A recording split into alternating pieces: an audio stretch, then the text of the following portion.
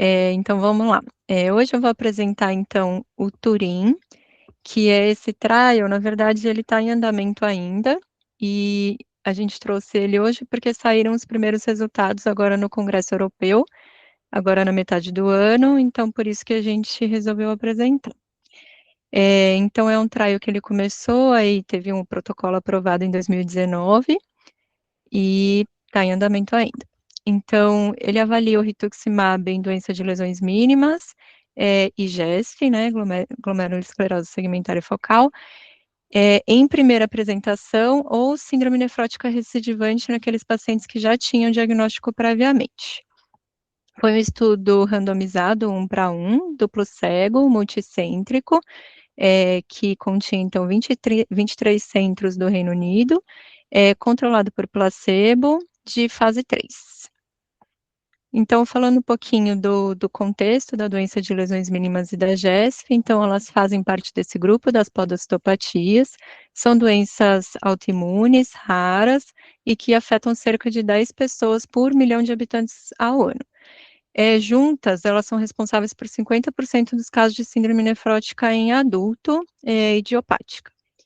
E lembrando que a síndrome nefrótica, então, é definida por proteinúria maciça, maior do que 3,5 gramas em 24 horas, hipoalbuminemia e edema. E ela pode evoluir aí com algumas complicações mais graves, como infecções e tromboembolismo venoso.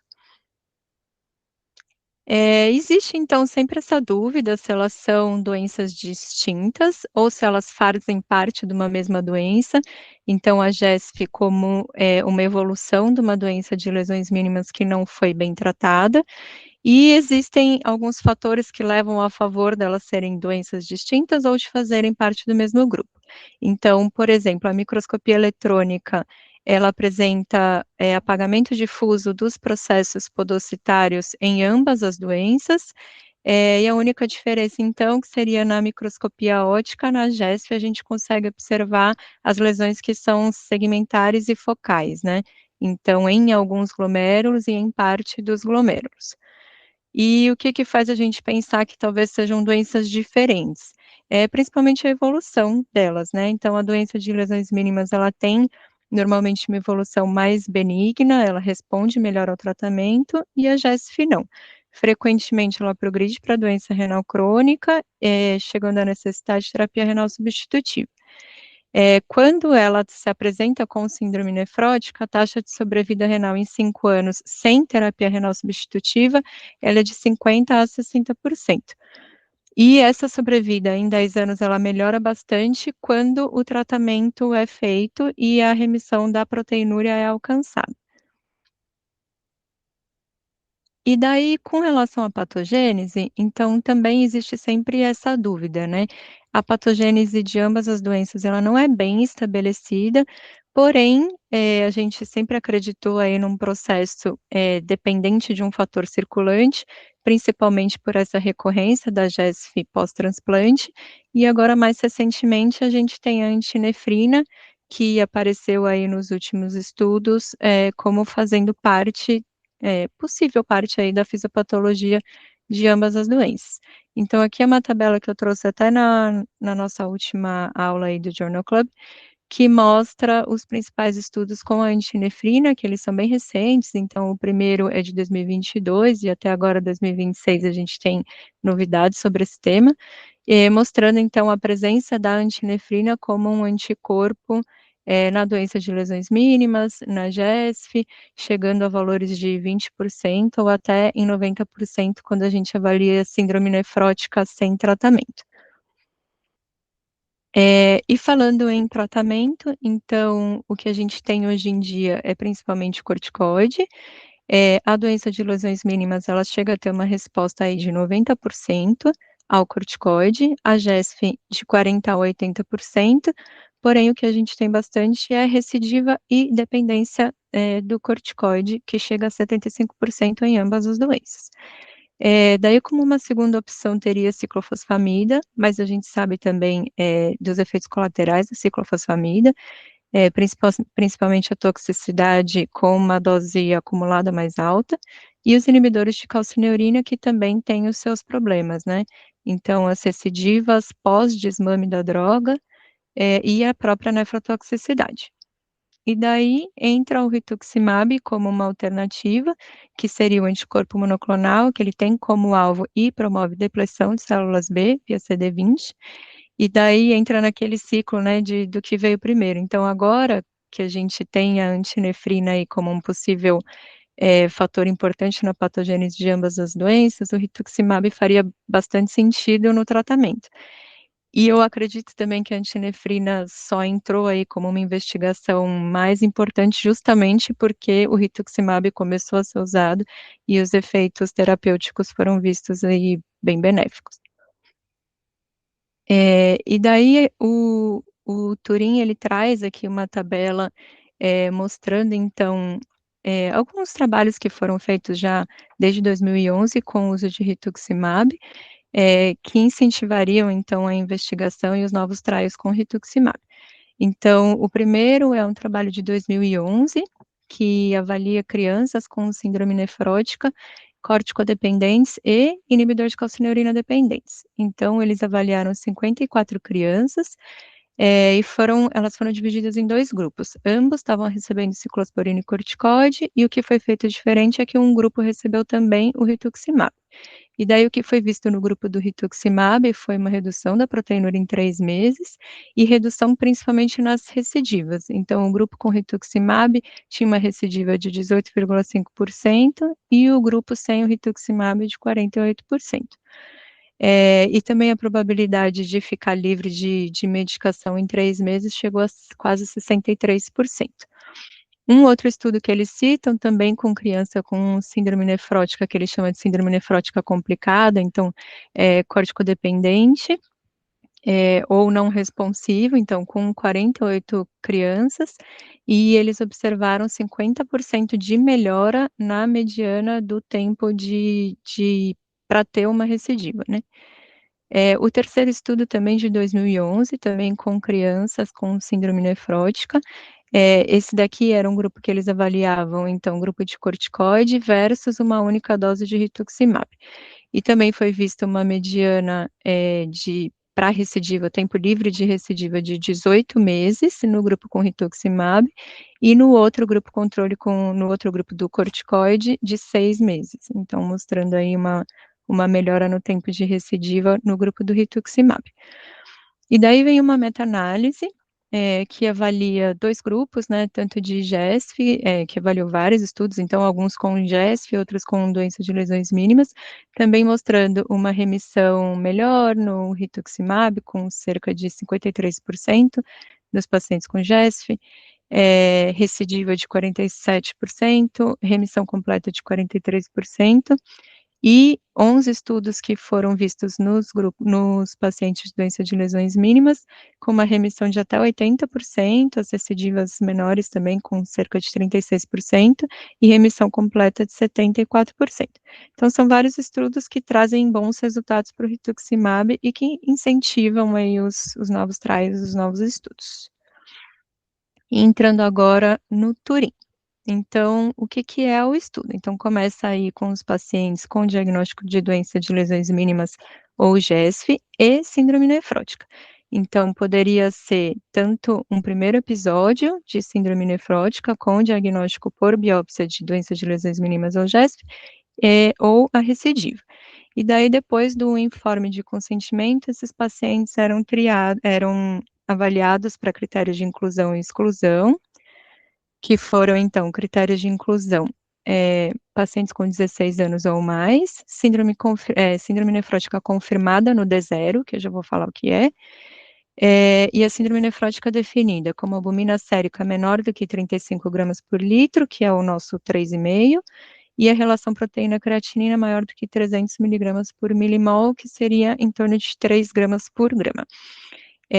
A síndrome nefrótica, então, tinha que ser secundária, doença de lesões mínimas ou GESF, como eu falei, ou um primeiro episódio ou recidiva, e a recidiva tinha que ser em pacientes que já tinham sido previamente responsivos a corticoide ou inibidor de calcineurina. E nesse momento ele se encontrava, então, em remissão completa ou parcial da síndrome nefrótica. Além disso, doença de lesões mínimas ou GESF comprovada por biópsia, como eu já falei, e os pacientes tinham que concordar em serem inscritos no Registro Nacional de Doenças Renais Raras do Reino Unido. Como critérios de exclusão, então eles excluíram doença de lesões mínimas ou GESF secundárias, então secundárias tanto a drogas como a outras doenças, secundárias, então, por exemplo, GESF adaptativa a estados de hiperfiltração, pacientes com antecedentes familiares de doença de lesões mínimas ou GESF em parentes de primeiro grau, e esses parentes tinham que ser não responsivos a tratamento prévio, então tentando excluir as doenças genéticas, o uso prévio de rituximab nos últimos 18 meses, ou 12 meses, se eles já tiverem tido retorno da população de células B, uso prévio de ciclofosfamida nos últimos 6 meses, uma dose diária de prednisolona igual ou superior a 60 miligramas por mais de 4 semanas antes do D0, e evidência de infecção atual ou pregressa, então hepatite B, C ou HIV, ou outras infecções graves ativas. Insuficiência cardíaca também foi excluído, mulheres grávidas ou lactantes e administração de vacina com vírus vivo. E daí o que era o D0? Então, o D0 foi considerado o início do tratamento com o corticoide, com a prednisolona. E a prednisolona, então, era a dose inicial de 1 miligrama quilo, no máximo 60 miligramas. Então, eles colocam que esses pacientes poderiam até já estar recebendo essa dose antes de serem randomizados, mas como eu falei ali nos critérios de exclusão, no máximo até 4 semanas antes. E daí, então, eles eram randomizados. Então, um grupo ia receber corticoide e o placebo, e o outro grupo corticoide e o rituximab. E o esquema das medicações, então, eram de 3 doses. Então, a primeira dose, 4 semanas depois do D0, a segunda dose, 2 semanas depois da primeira dose. Então, em 6 semanas do D0. E esses pacientes eram acompanhados aí nas primeiras 16 semanas. Essa parte aqui já vou falar das 26 semanas. E daí o que aconteceu? Então, nesse acompanhamento, antes do paciente atingir a remissão, ele era acompanhado a cada 4 semanas, até 16 semanas, e se ele não atingisse a remissão em 16 semanas, era excluído do estudo. Se ele atingisse a remissão até as 16 semanas, ele começava então a ser acompanhado por mais 3 vezes a cada 4 semanas e depois a cada 3 meses, e entrava no esquema de desmame do corticoide. Então, começamos aí com 60 miligramas, ou 1 miligrama por quilo, e assim que atingisse a remissão, ele iniciava ou o regime 1 ou o regime 2, e aqui dependia do examinador aí que estava conduzindo o estudo com cada paciente. E se o paciente, depois da remissão, aí com desmame do corticoide, tivesse uma nova recidiva, daí ele poderia passar para a fase open label, e daí ia depender do paciente se ele queria entrar nessa fase ou não. E o que consistia então essa fase? Então, os pacientes randomizados para o placebo, que alcançaram a remissão parcial ou completa até a semana 16, iniciaram o desmame do corticoide, estavam indo bem e apresentaram uma recidiva em até 24 meses, em até 2 anos do D0, eles eram convidados então para participar dessa fase, que era então entrar no braço do tratamento mesmo com rituximab. Então começava tudo de novo, ali o que ele tinha sido randomizado, só que ao invés dele ir para o braço placebo, ele ia para o braço rituximab. Voltava todo o corticoide e iniciavam então as doses do rituximab. E eu acho que eu esqueci de falar, as doses do rituximab eram de 1 grama. Então, com 4 semanas, 1 grama, 2 semanas depois, mais uma dose de 1 grama. Se na semana 26 esse paciente já tivesse em remissão, eles recebiam mais uma dose de 1 grama do rituximab. Então, voltando lá para o estudo. Então, os objetivos. O objetivo primário foi avaliar a eficácia do rituximab no tempo desde a remissão parcial ou completa até a recidiva da síndrome nefrótica, e daí os objetivos secundários, avaliar o efeito do rituximab no uso dos recursos do sistema de saúde, da sociedade, nos custos, avaliar o efeito do rituximab na segurança e em medidas secundárias de eficácia, e avaliar o efeito do rituximab no estado de saúde do paciente. E objetivos exploratórios, então, explorar a interação entre a idade no início da doença, a eficácia da droga, a eficácia do rituximab administrado tardiamente na síndrome nefrótica. Então, nesses pacientes, por exemplo, do open label, que responderam no começo e depois mudaram de braço, né, para o rituximab, então eles já estavam numa segunda recidiva. E daí, como que foram feitas as medidas do desfecho? Então, medida do desfecho primário. Tempo decorrido desde a remissão parcial ou completa até a recidiva da síndrome nefrótica, que foi definida como, então, remissão completa. Relação P/C menor do que 0,5, né, que seria nosso 0,5. A remissão parcial, então, redução mais de 50% ou mais na proteinúria, desde que fosse maior do que a remissão completa, maior do que 0,5 e menor do que 3 gramas. E a recidiva, então, síndrome nefrótica que recidivou com tudo, né? Então, albumina menor do que 3,5 e a relação P/C maior do que 3 gramas. E algumas avaliações secundárias, então, avaliação do efeito do rituximab sobre proporção de pacientes que alcançam a remissão parcial completa, tempo até a remissão parcial completa, o tempo até a falha do tratamento, então, aqueles que não alcançaram a remissão até a semana 16, eventos adversos graves e alguns eventos adversos de interesse especial, incluindo infecções e efeitos colaterais dos corticoides. E daí, a gente trouxe o estudo justamente porque agora no Congresso Europeu saíram alguns primeiros resultados. Eu acho até que tem pouca coisa para falar, vai ter mais coisa por aí, mas acho que é o que tem de mais interessante que poderia sair desse estudo que é bem legal. Então, no final, os pacientes randomizados, foram 149. Desses pacientes, 38% tinham diagnóstico de GESP e 62% de doença de lesões mínimas. Cerca de 1/3 tinha a doença de novo, então foi a primeira manifestação, e 2/3 eram doença recidivante. O segmento mediano foi de 2,8 anos, alguns pacientes chegaram a atingir os 4 ou 5 anos do estudo, e 122 pacientes atingiram a remissão. Então, foram esses 122 que continuaram sendo acompanhados, porque os outros foram excluídos ali dentro daquelas 16 semanas que eles não atingiram a remissão. Então, avaliando as recidivas.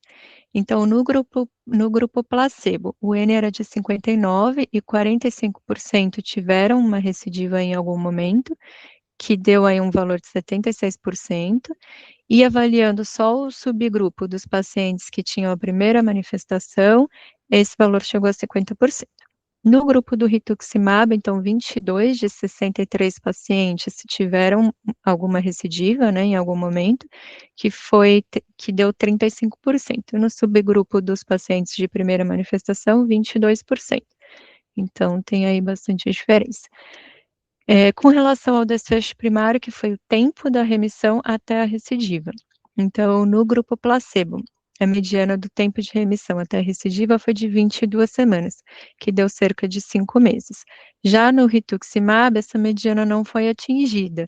Então, o que isso significa? Que no final do acompanhamento, mais da metade dos pacientes ainda permaneciam em remissão, nem não tiveram recidiva, que é bem legal. Então, o rituximab, ele reduziu o risco de recidiva em aproximadamente 78%, com um P significativo. E daí eles citam aqui que no começo, inclusive nesse protocolo aí que foi o que eu comecei a apresentar, a expectativa deles aí era de ter um 50% aproximadamente de redução de recidiva, e eles tiveram um valor bem melhor do que eles imaginavam, que foi de 78%. Com relação à segurança, então, não houve aumento global de eventos adversos graves, Eles falam com relação à hipogamaglobulinemia, né, secundário ao rituximab, mas o que foi visto foi que a maioria dos pacientes já tinham hipogama antes, né, por conta da síndrome nefrótica mesmo, e inclusive quando atingiam a remissão, esses níveis da IgG aumentavam, voltavam ao normal, e não foram relacionados ao uso do rituximab. Com relação à fase open label, então, os pacientes inicialmente randomizados para o placebo, que tiveram uma recidiva ali, depois de já terem melhorado, tiveram uma recidiva, e trocaram de braço, foram para o braço do rituximab, eles tiveram uma evolução muito semelhante à daqueles pacientes que já começaram a receber o rituximab desde o início. Então, sugerindo que o medicamento também foi eficaz quando introduzido após a recidiva. E daí, como eu falei, né, são só os primeiros resultados, então tem algumas questões que permanecem em aberto, então os próprios autores colocam aqui que eles ainda não sabem qual que seria o melhor momento da readministração do rituximab, avaliação de biomarcadores e uso a longo prazo.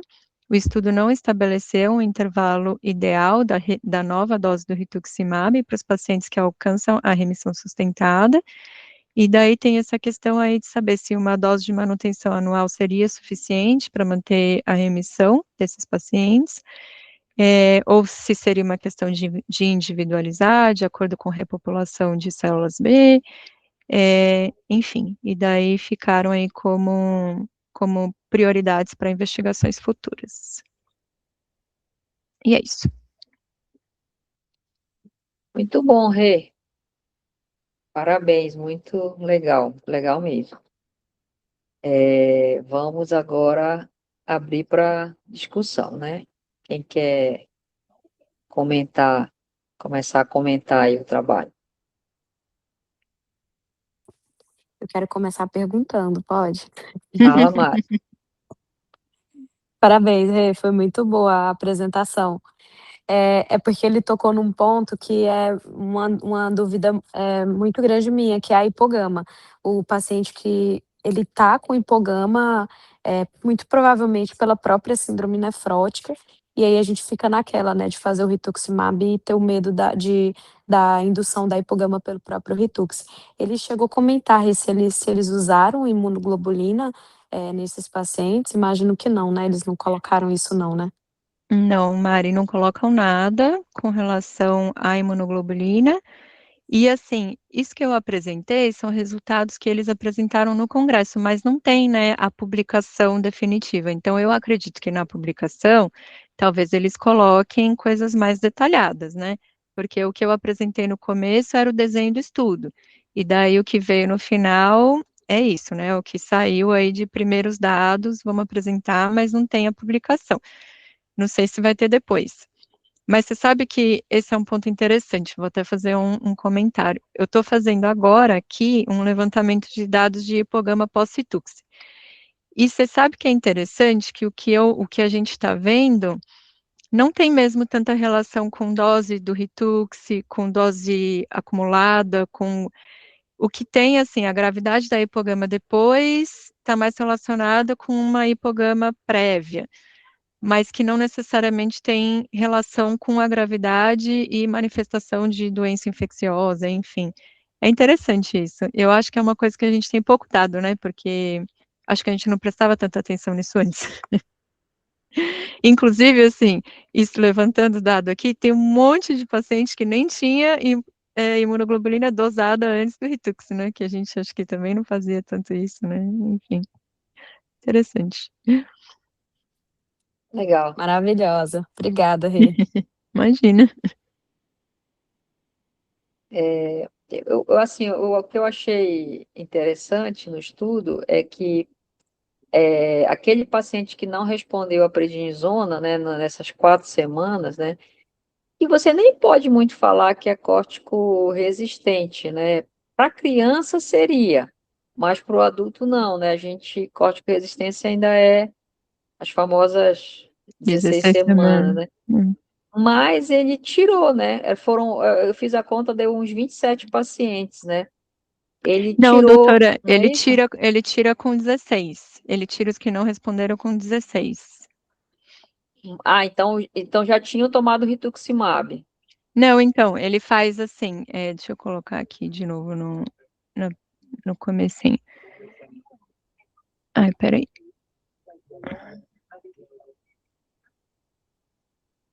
Ele faz assim, ó.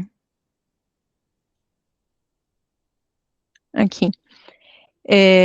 Então, assim, o começo.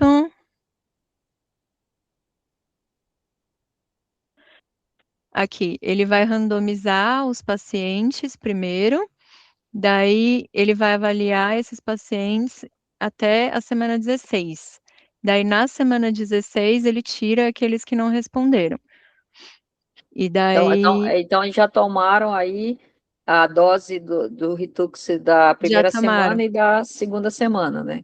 Ou Já placebo. tomaram. Ou placebo, Ah, isso. Que eles entendi. tomam 4 semanas a primeira e 2 semanas a segunda, né? Depois de 2 semanas, com 6 semanas. Então, ambos já tomaram Ritux. Daí, se na semana 16 não responderam, daí que exclui. Talvez na publicação ele vá detalhar esses pacientes. Eu acho que eu vi que foram uns 27, né?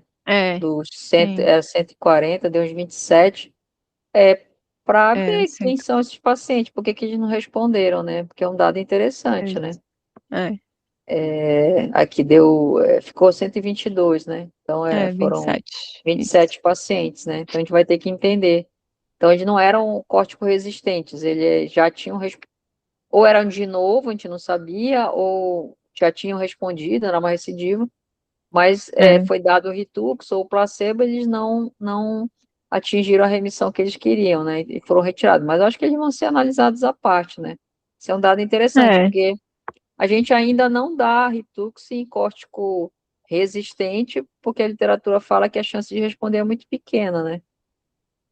Mas O que eu era. fiquei, o que eu fiquei pensando, assim, se eles foram randomizados no começo, e daí foram retirados 27, né? E aqui o grupo do Ritux, sobra o mesmo tanto, então não dá nem para falar, né? Não dá para saber quantos sobram em cada grupo, né? Ele não fala isso. Não agora, né? Ele Para deve saber quem foi publicar, né? retirado, né? Que é algo que a gente, na prática, às vezes não dá mesmo. Dizem na literatura que a chance do paciente que não responder a corticoide responder a Ritux é 20%. Agora que o remédio está barato e que a gente vê que ele tem, sim, menos chance de infecção, 20% para uma pessoa que não tem nada, para mim, acho que é alguma coisa. Mas esses 20% é meio chute um pouco na literatura, né? Precisava ver certinho dos córticos resistentes, quem que não vai responder mesmo. Não sei se esses 27 aí ele vai fazer alguma análise que fale alguma coisa disso, né? Mas ok, né? E o interessante é que o Ritux não só diminui a chance de recidiva, como essa recidiva ela é mais O tempo até a tardia, né? recidiva é mais prolongado, né? É Né? legal. Que na verdade, na prática é isso que a gente vê mesmo, né? O paciente se recidivar, vai ser com Ritux, vai ser mais tempo, vai demorar mais do que aquele que a gente usa inibidor de calcineurinina, prednisona micofenolato, etc, etc, né? Então, é legal, interessante. E o dado da hipogama é legal saber.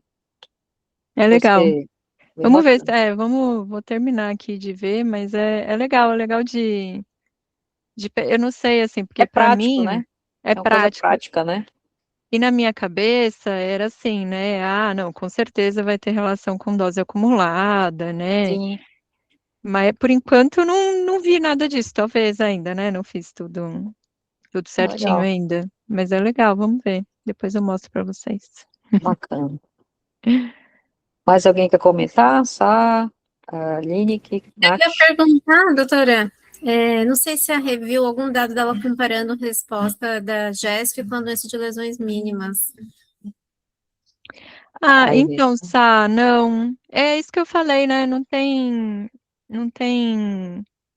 coisa publicada, né? Tem só o que foi o que foi falado, né, no congresso. Então eu tenho só isso mesmo.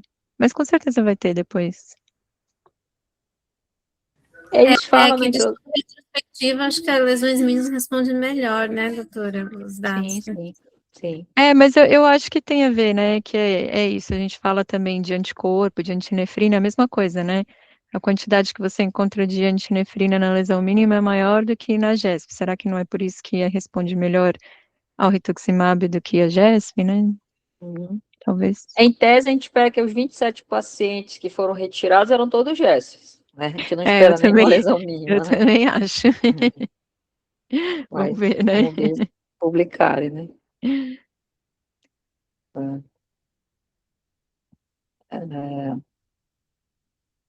Bom, mais alguma E coisa? todos tinham eletrônica? Ele falou se todos tinham eletrônica? Eles colocam só confirmado por biópsia, não fala eletrônica, não. Tá. Fala doença de lesões mínimas e GESP confirmado por biópsia. Ele coloca na introdução que o trabalho ele começou antes do Covid, ele foi interrompido no Covid, ele recomeçou agora. Então, pra você ver que os caras sofreram, né? Estão sofrendo. Tiveram aí problemas com o Covid, ele coloca isso. Nath, E é isso, né? Foi autorizado em 2019, né? A gente está em 26 e eles trazem os dados. Ele fala que o paciente que completou mais tempo foi 5 anos, né? Então é isso, né?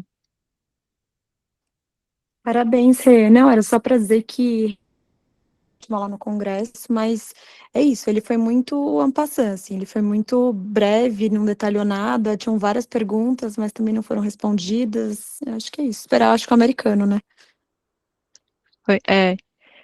É bom saber, Nath, porque eu fui procurar, né, os resultados e daí o que eu achei que tinha mais informação é um vídeo da autora principal, né, e daí ela falando dos resultados. Então, e depois tem um texto, né, com os resultados. Mas eu fiquei na dúvida se no congresso eles tinham falado mais coisas.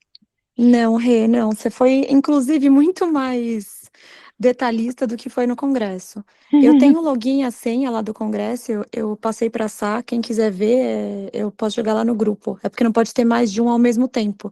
Mas quem tiver interesse em ver alguma coisa, é só pedir que as aulas estão disponíveis lá.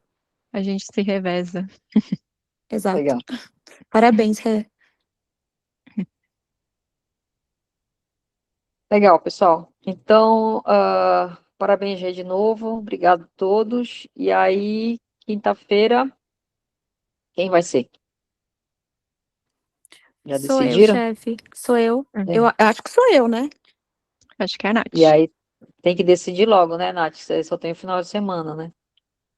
Exato, chefe. Eu ia até pedir para alguém trocar comigo, porque provavelmente eu não vou conseguir, porque eu tô com a minha filhota de férias. Então, se for na outra semana, eu super agradeço. Então, quem puder adiantar e trocar comigo, porque férias é o caos.